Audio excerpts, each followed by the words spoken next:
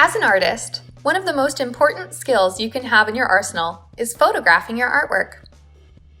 Good photographs help you to get your work into exhibitions, galleries, and generally help your work be seen the way that you intended. A professional setup definitely helps, but what if you don't have photography lights? What if you don't have a backdrop? What if you don't even have a dedicated camera? The first step is getting access to a camera. While dedicated cameras are preferred and generally can help produce a better shot, most modern smartphones have cameras that are high enough resolution to create a good photo. Next, we're going to look at lighting. While taking pictures of your work, generally you want to use diffused light that minimizes shadow. Shooting on a bright but overcast day can help diffuse sunlight and soften your shadows.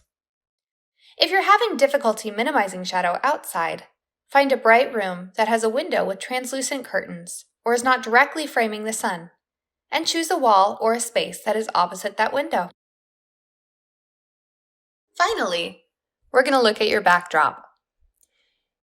In order to create the best viewing experience for your work, it's best to have a neutral backdrop.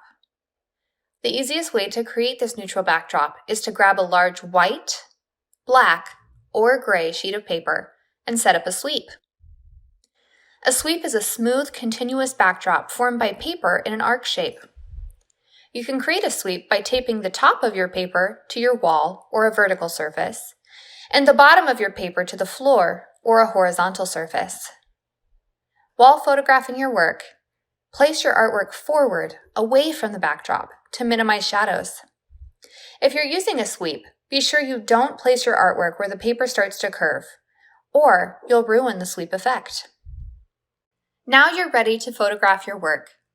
Make sure you take photos of multiple angles of your work, and if there are details you want to emphasize, take close-ups of those details so your viewer can see every part of your art. If you would like to see some examples of professional art photography, check out AMOCA's virtual tours by visiting www.amoca.org.